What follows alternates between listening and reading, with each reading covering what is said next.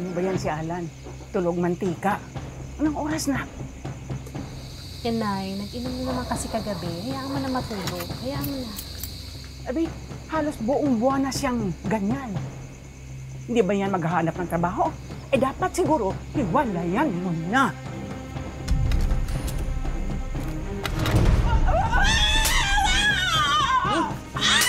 Hinampas ako ng tinturon.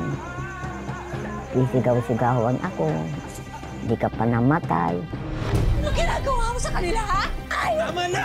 Sinabing tama na! Pagmama po kasi sa magulang ko. Kaya hindi ko maiwan ang nanay ko.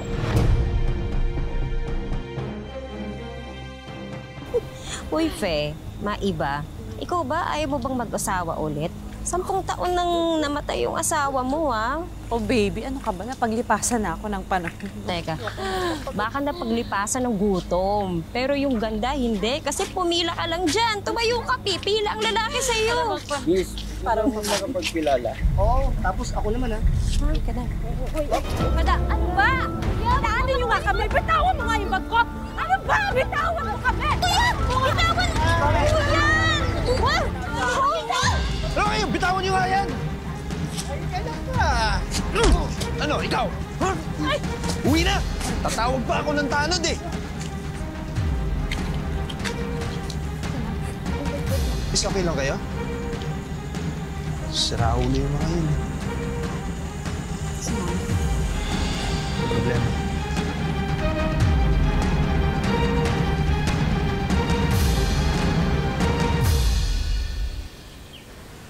Mahal ulam pa. Alam mo, ang swerte ko talaga sa'yo, Mal. Ang sarap mo magluto. Baka pwedeng mag-request pa ng extra rice, oh. Oo naman, mahal. Pansin ko nga kulang pa sa'yo eh. Basta pangako ko sa'yo, ha? Sa susunod, ikaw naman ang pagluluto ko. Talaga? Pangako yan. Ano iluluto mo? Kahit anong gusto mo. Ay, paturo ka muna dyan sa tito mo. Kunin ko lang yung juice. Naya ka na. Naka na yung juice na. Marife, sigurado ka na ba dyan kay Alan? Ha? Kasi ang bilis eh. Pinatira mo kagad dito sa bahay mo. Nay, malaki naman yung inaabot ni Alan. Ang laking tulong nun, ha? Lalo na ngayon, ang mahal na ng gamot mo.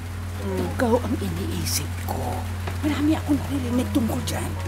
Adik daw yan dati. Nay! Ka nga maingay, baka mamaya marilig ka eh. Saka ikaw, hindi ka dapat nagpapaniwala sa mga chismis. Chismosang hayaan mo sila. Wala.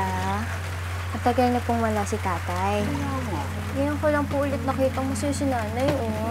Basta, ang kutob ng isang ina ay hindi pwedeng magkamali. Ha? Yung mga lalaki, sa una lang yung magaling. Pangangakuan ka ng langit, pero sa impyerno ka dadalhin. Ikaw talaga. Ang bait-bait kaya ni Alan. Guwapo pa. Mahal, inom ka muna. Ano ba yan? Ako, hindi ko dito ka. At hindi ko maiintindihan yan. Epo. Hira.